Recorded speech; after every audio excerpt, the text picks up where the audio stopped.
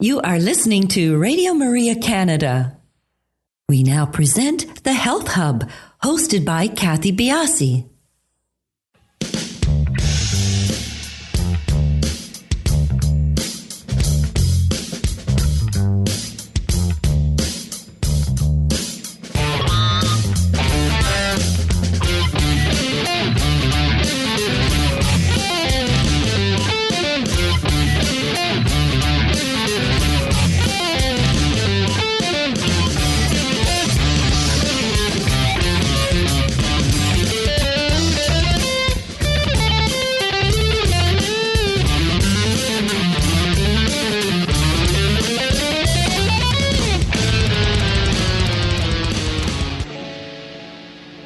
Good morning, everyone, and welcome to the Health Hub. I'm Kathy Biasi, your host, and along with our producer, Alex Diaz, we would like to welcome you to our show this morning. Hey, Alex.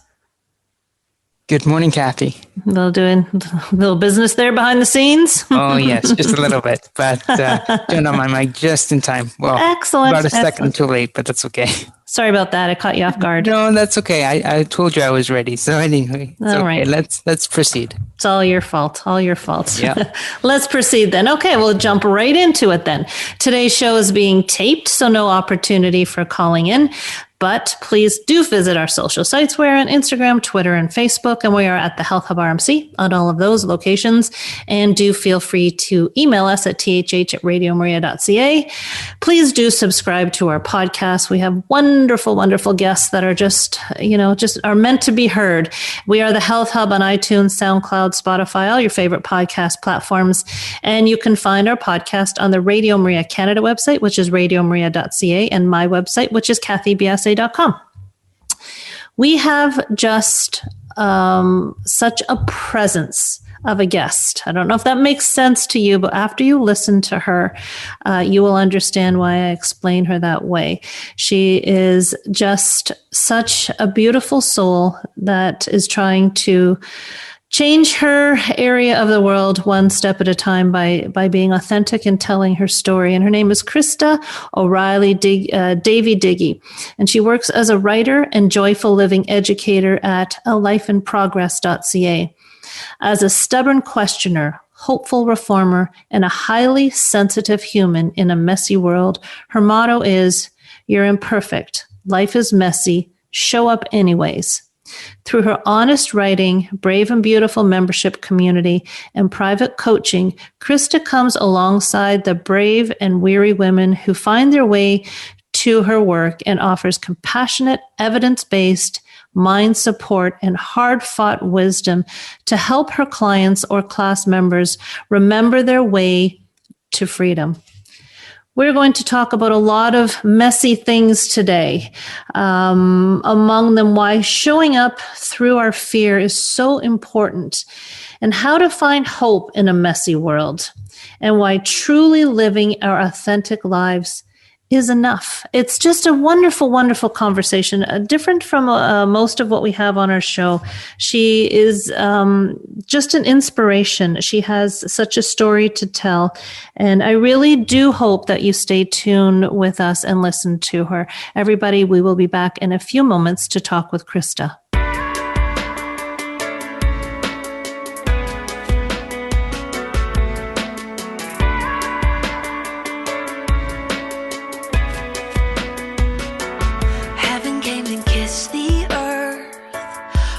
Long ago foretold his birth. He became the living word to show the human heart its worth. Whoa, whether I'm in want or plenty, whether I'm in health or ill, our God promises his children he will he'll bind up the broken hearted. Oh, he will.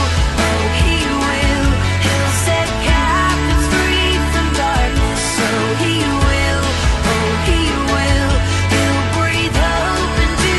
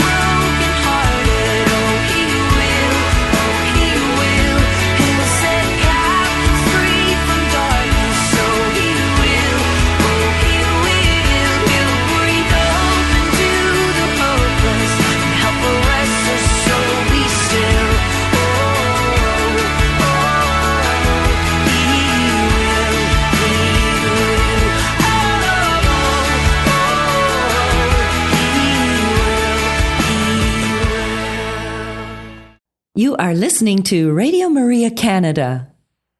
We now continue with the program, The Health Hub, hosted by Kathy Biasi. Welcome back, everybody. As mentioned, today's show is being taped, so no opportunity to speak with Krista directly. Our podcast will have all her contact information if you'd like to get a hold of her. Please do follow us on our social sites, Instagram, Twitter, and Facebook, and we are at the Health Hub RMC on all locations. Krista, welcome to our show. Thank you for taking the time to be with us today. Yeah, my pleasure. As I prepare for shows and I research guests, I'm always inspired by something. I don't have anyone on the show that isn't inspirational in one space or another. And as I was reading about you and the work that you do, I felt that I took a big, deep breath. And I imagine that's what a lot of people feel like when they listen to what you say, they see and understand your viewpoint. So I really want to bring that out to everyone today, because I think, as you know, unless I'm way off the mark here, what you're really trying to get across to a lot of the people that you work with is that we are enough. And I thank you for that. Now, Krista, you're very open about some traumas that you've had in your life. There will be some people that don't know you as of yet and are just being introduced to you. So I would love for you to open up to us about you, your life, and how you got to where you are today. Sure. Such a big question. It is. Yeah, I'll dive on in. So, yeah, I think, so I struggled with anxiety from a really young age. I didn't know that it was anxiety. I struggled with suicidality.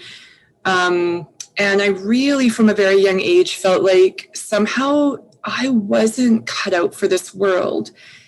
And so I was loved. I was brought up in a beautiful, loving home, a very social justice oriented home, though they didn't use that terminology, but I definitely believe that would be accurate. And I was aware of poverty and famine and the suicide rates in the local Indigenous communities. And, my parents cared deeply. They were adopting babies and walking out their values. And I have so much respect for them. But as a little person, I didn't know what to do with the depth of emotion I experienced. And that led to my anxiety and suicidal ideation. I worked my butt off over the decades to begin to understand that I had lived with low-grade depression, anxiety, about perfectionism, and all my other coping mechanisms, including, I started doing drugs in grade 7 to calm my anxiety, like just not looking to be high, just looking for some way to self-soothe. And when I went, cold turkey around 21 or 20, I got rid of drugs and alcohol, but I hadn't developed the resources to know how to live and thrive in this world. So then I just kept looking. I was looking for freedom, but I kept picking up another set of chains. I moved from various forms of disordered eating to obsessive exercising or cleaning or whatever, just trying to feel safe in the world. But I married a really wonderful guy, and we have built a beautiful family together, and together really grown and healed together. And our oldest son, and I will say actually, because this is super relevant, now I know that I am a highly sensitive person, and 2 of my kids are as well, including my oldest son, Jairus, who ended his life. We're nearing 18 months now. Jairus was a very gentle soul as well, and he definitely he armored up to be able to survive in this world. And he, at about grade 12, I started noticing danger signs. And we had a long journey of trying to love and affirm and advocate for him and essentially keep him alive. But he told me the truth that he was leaving. And I fought hard. I fought with everything in me to keep him here. But he left. And the last, 17, 18 months, I have been struggling with PTSD, severe panic disorder. But I will say with incredible gratitude, Kathy, that the past 2 weeks I have been panic free and I feel like I have my life back. Obviously, it's a life without my beautiful boy and lots and lots of processing and healing yet to work through. But yeah, and my youngest child also, she struggles with her mental health as well. But I'm so happy to say that she does not carry any shame. So I carried shame and I had to work really hard to break off that shame on my life and my, who and how I am in the world, and to really identify and honor my wiring and the gifts that I offer. My son really carried a lot of shame, and I believe that was the thing that killed him. It wasn't struggle, and it wasn't even his suffering. It was the shame attached to it. And so I'm so grateful that my youngest, she's a very open and strong advocate for the LGBTQ young folks and for people with mental health issues. She's just young, so it's, she herself is struggling with trauma and panic and in trauma therapy, just like her mama. But yeah, so that's sort of how I got here. And all along, my work at A Life in Progress has been an attempt to offer a sense of freedom and acceptance, like just helping, even as I do the work for myself, and I continue even today, to go deeper and deeper into this work and into healing and freedom. Just, I want to offer a little bit of light to other people who feel bad or wrong or broken or like they don't fit here in this world. It somehow feels too heavy. And I want to say, like, there really is hope. There is light. And I think it really begins with self-awareness and understanding that, understanding our wiring, essentially.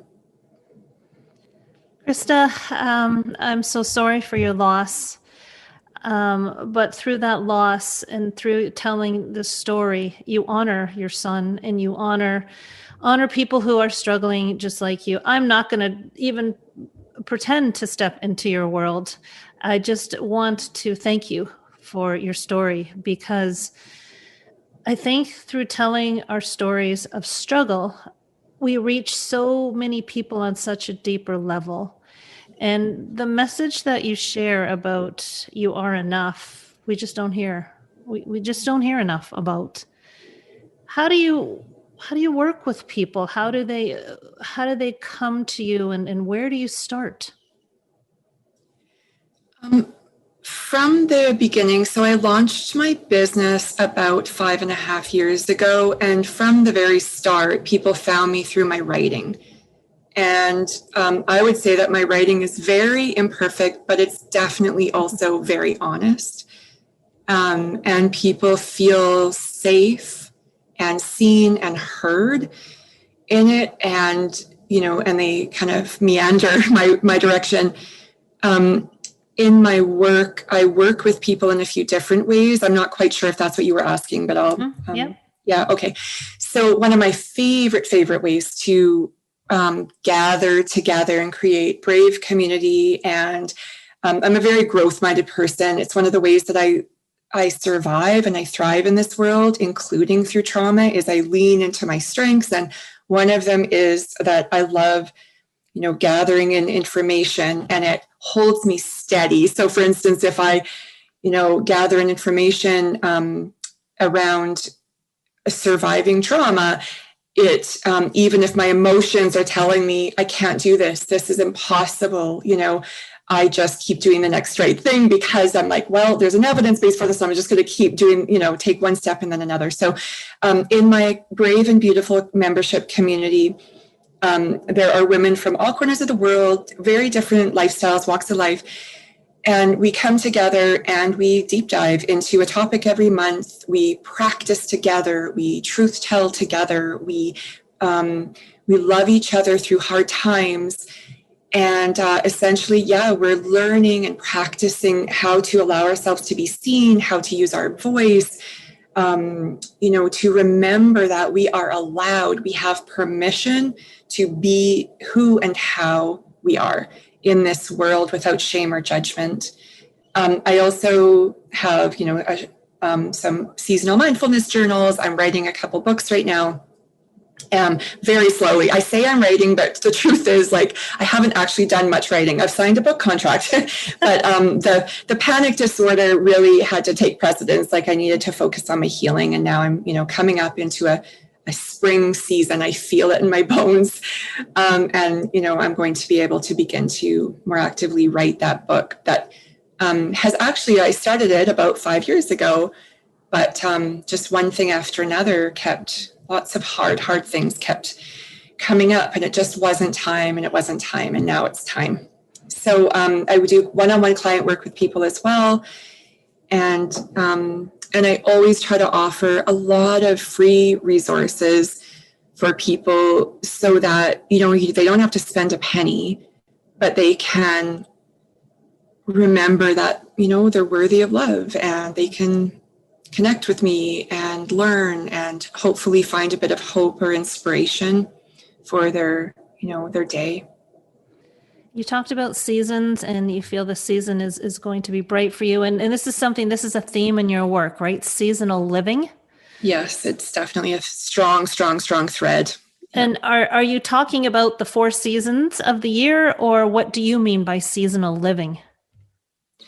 I do mean the seasons of the year, but that's only one tiny bit of it. So I love, and you may have done some of this in your work, Kathy, too, but I started focusing on seasons in terms of lunar tracking, or, the menstrual cycle, because I started out my work focusing primarily on physical, mind, body health, absolutely, but helping women honor their wiring by learning about even the menstrual cycle. That wasn't the whole thing, but that was one little seed that I had found was quite transformational for myself personally, and then for the clients I was working with. So really looking at all of the ebb and flow, and the looking to nature for wisdom in the sense of, these patterns and rhythms that we see in our lives, in our bodies, in our lives, and outside in the natural world, patterns and shifting, ebb and flow, light and dark, resting and doing, seasons where we feel more creative, and those where we go inward and feel more introspective. So seasons, I love. I just love geeking out on this, but I love tuning into the seasons of our day, even just the rhythms of North circadian rhythm, ultradian rhythm. So just all these patterns that are at play in our life through the day, the month, the year, our life cycle. And instead of being afraid of these things or resisting or judging it, because we really do judge it. We think something's wrong with us, for instance, if we have seasons where, we feel hidden, or like seasons like I'm walking in. They're dark. They are hard. Sometimes you wonder if light will ever come again. And seasonal living reminds me of the truth that spring always comes again. So it removes judgment. It helps us rest. It helps us listen for the wisdom and the beauty in every season, whichever season we're talking about, in the natural world or inner internal world or whatever. So it's a framework that I love. It feels gentle and compassionate, and it helps me breathe. It's beautiful, the thought process. And yes, I do work with rhythms, but I never, until this very moment, appreciated perhaps we have emotional rhythms. I mean, I appreciated it, but do we have thought rhythms that come out from the different seasons? And is that something that makes sense to you, like thought patterns that are seasonal? I don't ever think of thought patterns as distinct from these other seasons, but more as part of, or tied up or tangled up with. And so an example would be, let's say somebody has struggled a lot with anxiety or depression. Let's just say depression. We can end up, as soon as we start to feel those telltale signs, we can have our thoughts change. They're often very fearful. We're so afraid of going back into a hard, dark season that our brains take on a different rhythm, so to speak.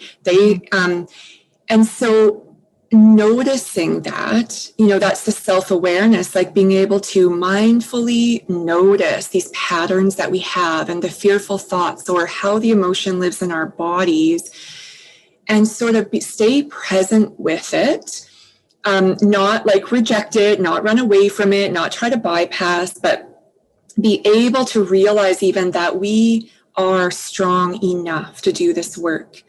We are strong enough to feel this discomfort and not fall apart.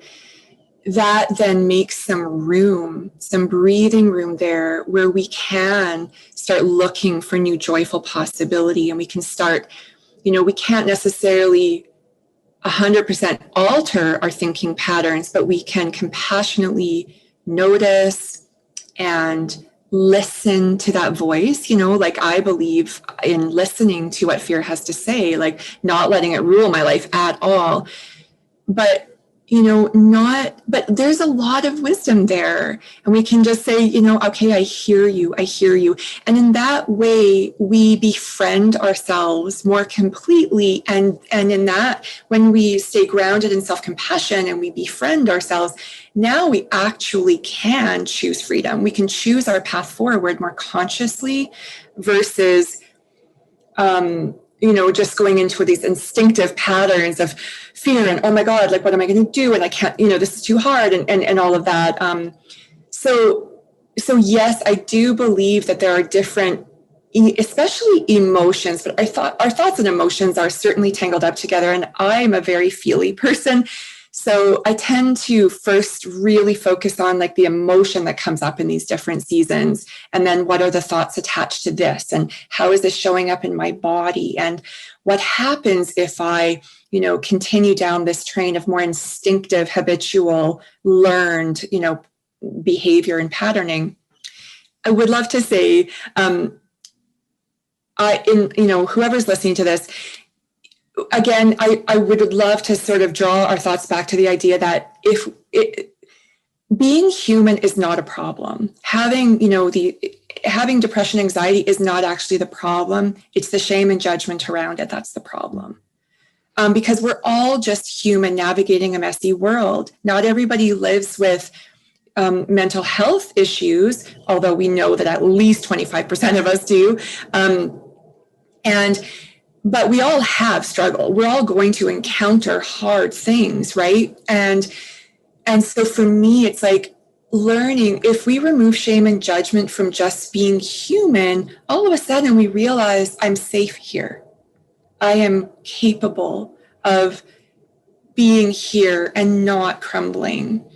And Viktor Frankl has this quote that I love, and I don't have it in front of me, but it's something like, between impulse and response there lies a space. And in that space is our power to choose our response, something like that. And I love that. And I just envision like this, creating a bit of space between myself and the fear, myself and the situation. And so that there's some breathing room in there, and then some freedom in which I get to choose my way forward.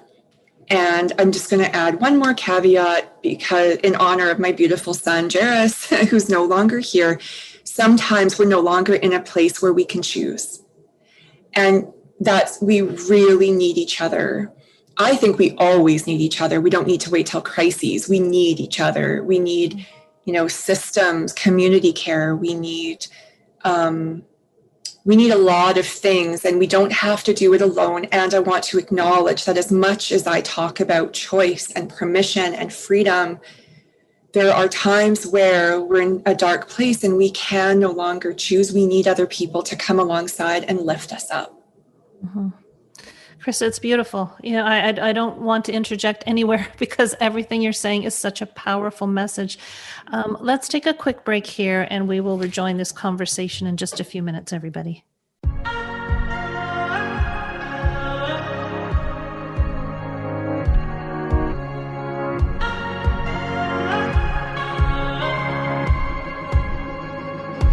If I didn't know what it hurt like to be broken, then how would I know what it feels like to be whole? If I didn't know what it cuts like to be rejected, then I wouldn't know the joy of coming home. Maybe it's okay if I'm not okay, 'cause the one who holds the world is holding on to me. Maybe it's alright if I'm not alright, 'cause the one who holds the stars is holding my whole life. If I didn't know what it looked like to be dirty, then I wouldn't know what it feels like to be clean. And if all of my shame hadn't drove me to hide in the shadows, then I wouldn't know the beauty of being free. Maybe it's okay if I'm not okay, 'cause the one who holds the world is holding on to me. Maybe it's alright if I'm not alright, 'cause the one who holds the stars is holding my whole life. Father, let your kingdom come, let your will be done here in my heart as in heaven. Father, let your kingdom come, let your will be done here in my heart as in heaven. Maybe it's okay if I'm not okay, 'cause the one who holds the world is holding on to me. Maybe it's alright if I'm not alright, 'cause the one who holds the stars is holding my whole life. Now I'm alive in you, bursting at the seams. And now I'm alive and I can see you in everything. Maybe it's okay if I'm not okay. You are listening to The Health Hub here on Radio Maria Canada, a Catholic voice wherever you are. To contact us and be a part of the show, email thh@radiomaria.ca. We now continue with the program. Here once again is your host, Kathy Biasi. Welcome back, everybody. We're having just such a wonderful, wonderful conversation with Krista here. Now, Krista, you said, in some part of the show earlier that you weren't a very good writer, but in 2015, you wrote an article or a blog post entitled, "What If All I Want Is a Mediocre Life?" And that resonated worldwide. And I don't know if this is how you took off. I don't know if this is where you took your cue from, but why was this post so impactful? Yeah, I wrote it in tears. I wrote it on my bed, just tears like falling down. It was really, honest to goodness, I didn't think anybody would read it. I had made a commitment to myself to post once a week because I was learning how to show up through fear. And so my goal for those early years of my business was not to write well, not to be read. It was to tell the truth, to just practice showing up through fear myself. So anyways, it was really just this honest, writing and a glimpse into my spirit or my soul or my body, my emotion in that snapshot of time. And so I think probably just the honesty of it, there's no pretense. I think that spoke to people, but I also think there's this hunger for people to know they're already good enough. They're already lovable. They're allowed to love themselves right now in the middle of the storm.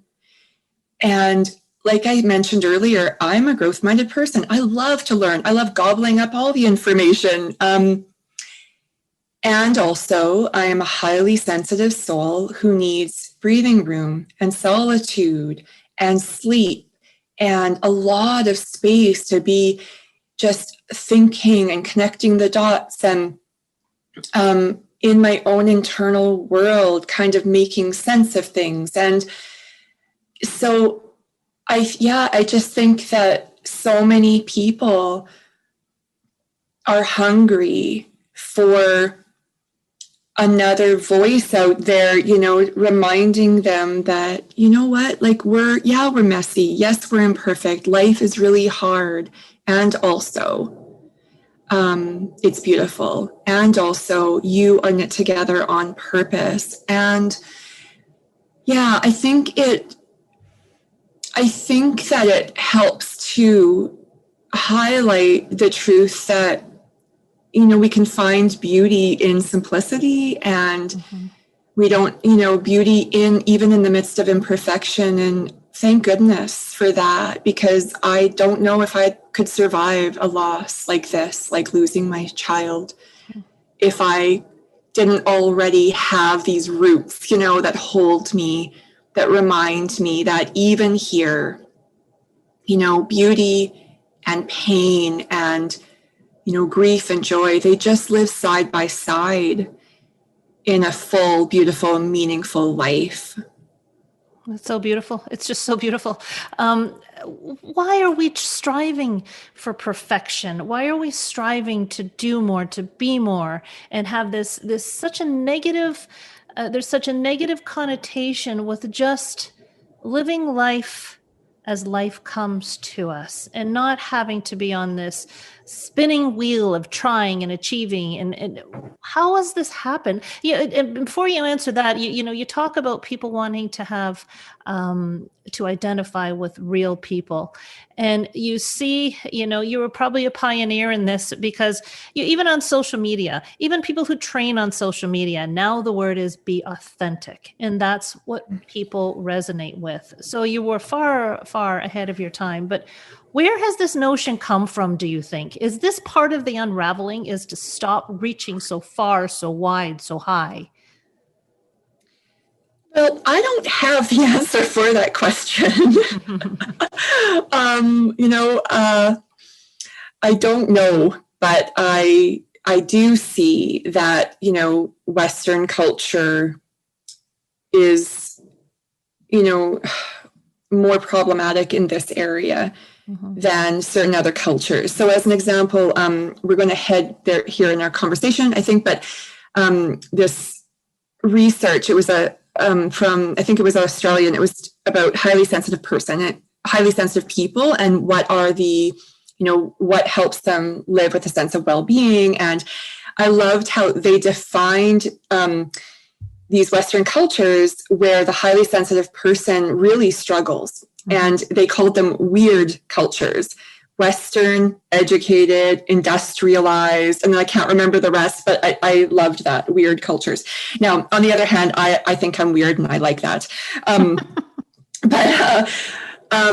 I don't know, I don't have all of those answers. And all I know is that it isn't working for all of us. And, some people thrive. I guess I'd love to say this, some people thrive in more busyness. And I admire that too. That also isn't wrong if they're genuinely thriving. So I'm thinking about like doctors first, like poor doctors, like they're, they work so hard and they sacrifice so much, including, I believe, their health a lot of the time to do the work that they feel called to. I'm grateful for doctors. I'm grateful for ER nurses. I am grateful for so many people who are different from me. And so for me, the goal is not for us to look the same and be the same at all. It's to create a kinder, safer world that honors diversity. An acceptance of all. And there's not, I agree with what you're saying. We tend to, though, honor in our Western world, as you say, those that are go, do, strive, achieve.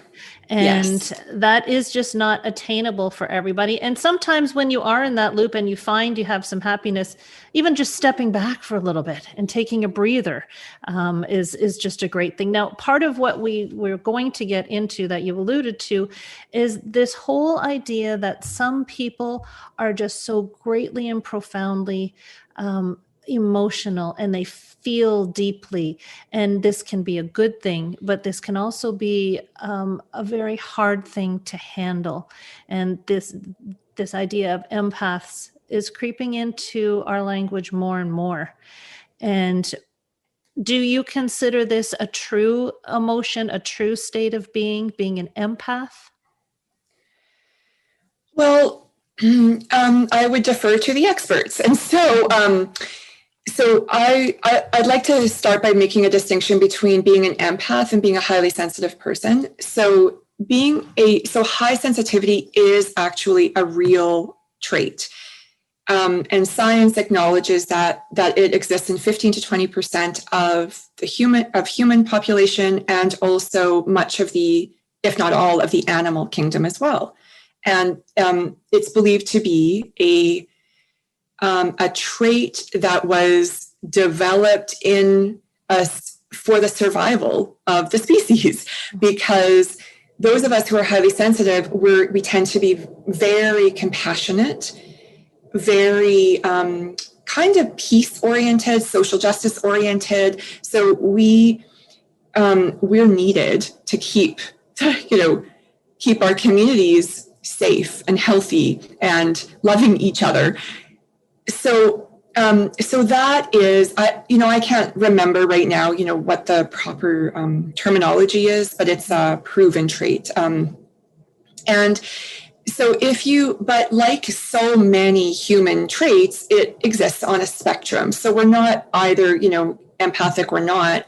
There's a sensitivity scale, so to speak. And I am very, very high up on that sensitivity scale, super duper high. And way, way, way at the top would be the empath. And being an empath is not something that I think there's no, again, I wish my brain was like allowing me to, remember the specific traits, the terminology, but it's like, I don't think that being an empath, I don't think that any of the scales or anything have been sort of, like, it's not necessarily like, that something that can be proven, like it's proven in science or has a strong evidence base or something like that. Right. But nonetheless, it's very, so there are people like Dr. Judith Orloff, I think is her name. I might have that wrong. She's a psychiatrist who specializes in supporting empathic people. Mm-hmm. And so I would just defer to her and her work and say, or other people who are, highly trained in this field, and they do believe in this trait, and they see it, at work, and they see the healing and the freedom that comes when people learn about being an empath. But being a highly sensitive person is learning about this. It is life-changing and life-giving. I wish I learned about this only in my early 40s. I'm, 49. I so wish that I had learned about it earlier, because there are a lot of people, I think, dying or thinking that, living with a lot of struggle simply because, again, they think they're wrong, bad, or broken, and they're not. It's just that they live in a culture that was it's not set up for them. Our school systems are, nothing. If you can't function in this 9 to 5 way of being, you fall through the cracks. And some of us literally cannot survive and thrive in what other people might think is just, basic humaning 101. But it isn't. Our nervous systems are wired differently. Our brains are wired differently. And we need a shift. And I think it's urgent. We urgently need a shift in the way that we love and support people, but also a shift in even I'll just sort of come down into a micro level. I would start with the education system and how we make it accessible for kids, for youth who can't function in that system, highly, intelligent people, like two of my children who cannot manage that, day to day. I'm stumbling over my words here, but essentially, no, but it's clear. It's clear. Okay. So compartmentalizing these kids in a system that isn't serving them. And then they're judged, they're labeled, they're shamed, they fall through the cracks, they drop out of school, they turn towards addiction because nobody's helping them learn, find other healthier ways of calming their nervous systems, accessing and identifying even their gifting. All they know is something's wrong with me. I don't fit here. Therefore, I'm bad. And that's just BS. That's not true. And this is a physiological thing. So, the mental health and this is, we've come a long way in that aspect where it's not just mental health versus physical health. They meld into each other, which you are bringing forth here. Then who would come to see you? Who's your client?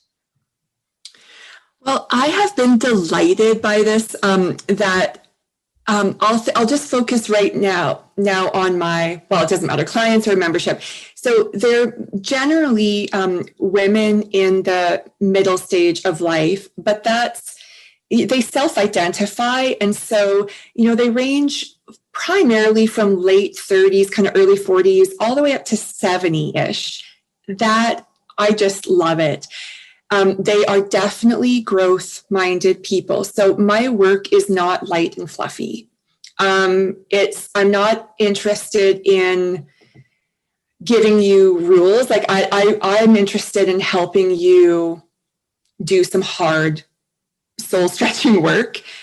And so, people who are not in immediate crises and they are ready to do some harder work. They love to learn, but they're ready to shake off the shame and judgment. They may not even know what they may even struggle with believing it's possible, but there's at least this one tiny seed of hope or joyful possibility that leads them to believe that maybe I can do this. And I think that just because I'm a truth teller and I'm willing to just be super honest, it gives them hope. I never pretend like I'm standing on some pedestal. I'm like, here I am getting my, knees bloodied, hands dirty, heart broken open, doing the work with you.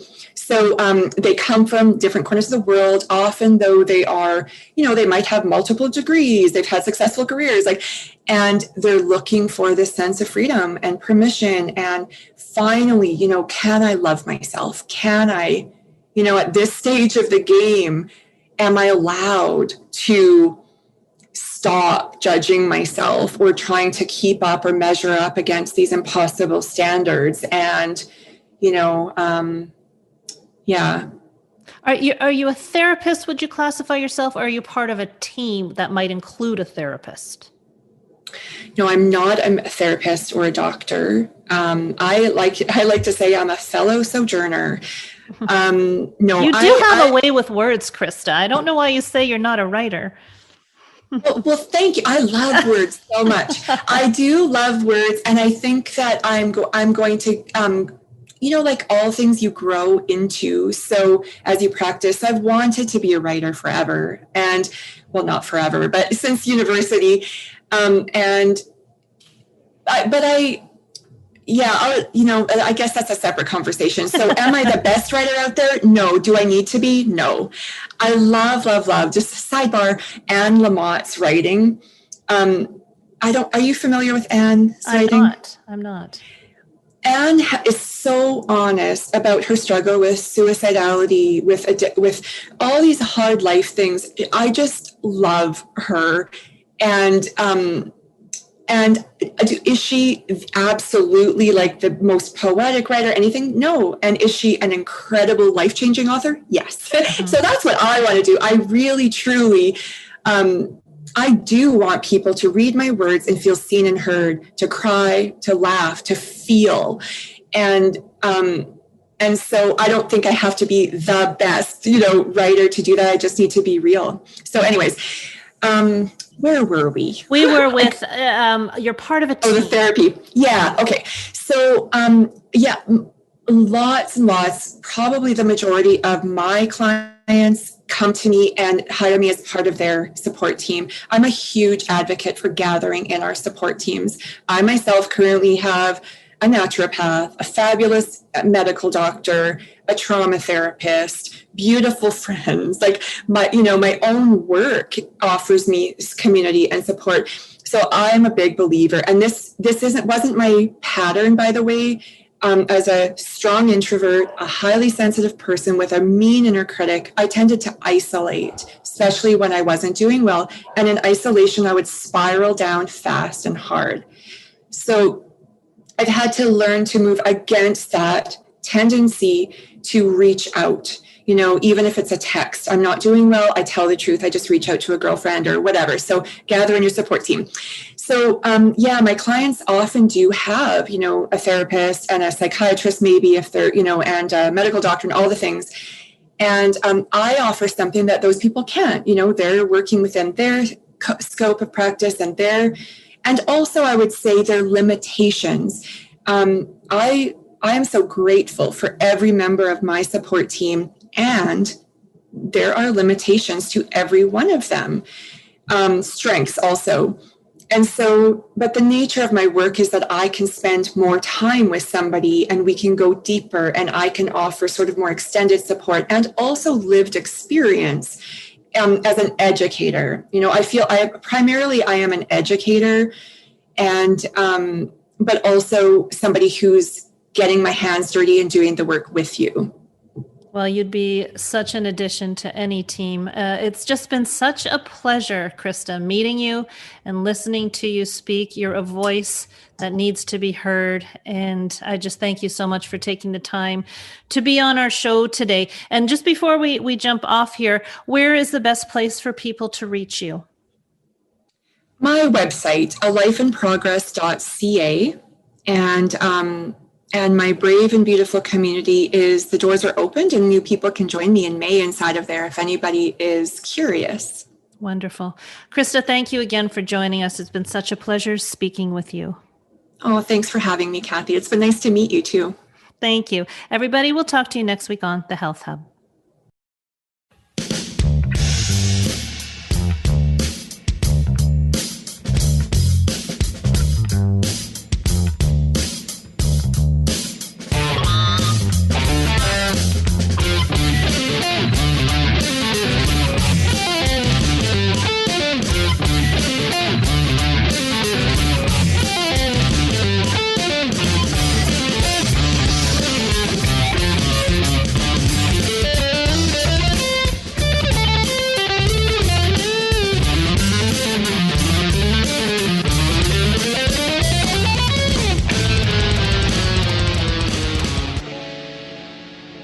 You have been listening to The Health Hub, hosted by